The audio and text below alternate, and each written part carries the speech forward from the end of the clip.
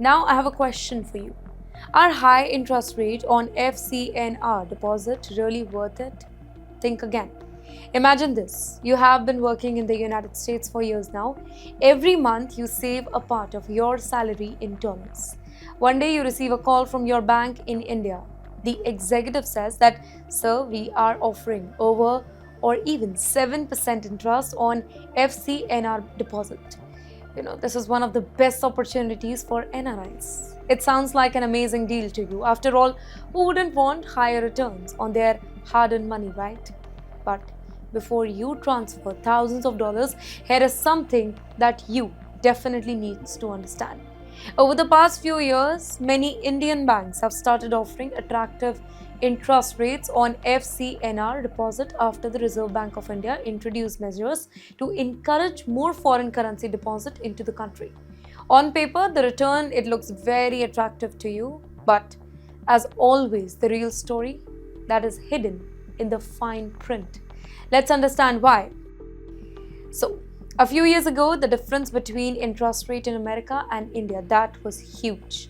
Keeping your dollar in India often gave you significantly better return. But today, the US interest rate, they are also much higher than before. That means the extra benefit offered by FCNR deposit isn't as large as many people think. Once you compare both options very carefully, the difference that becomes much smaller. And then comes another important point: flexibility.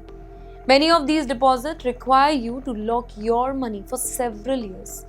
What if an emergency happens? What if you suddenly need money to buy a home, pay university fees, or a deal with a family emergency?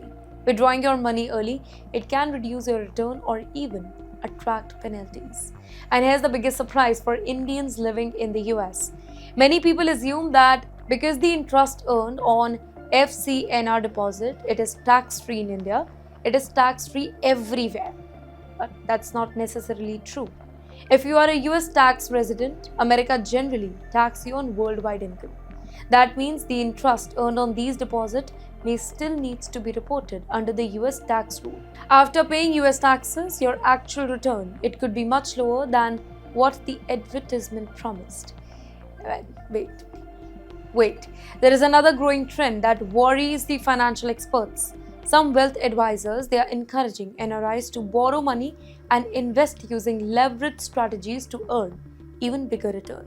On paper, it looks exciting to you, but if interest rates change or markets move unexpectedly, those strategies could become extremely risky and it may lead to significant losses.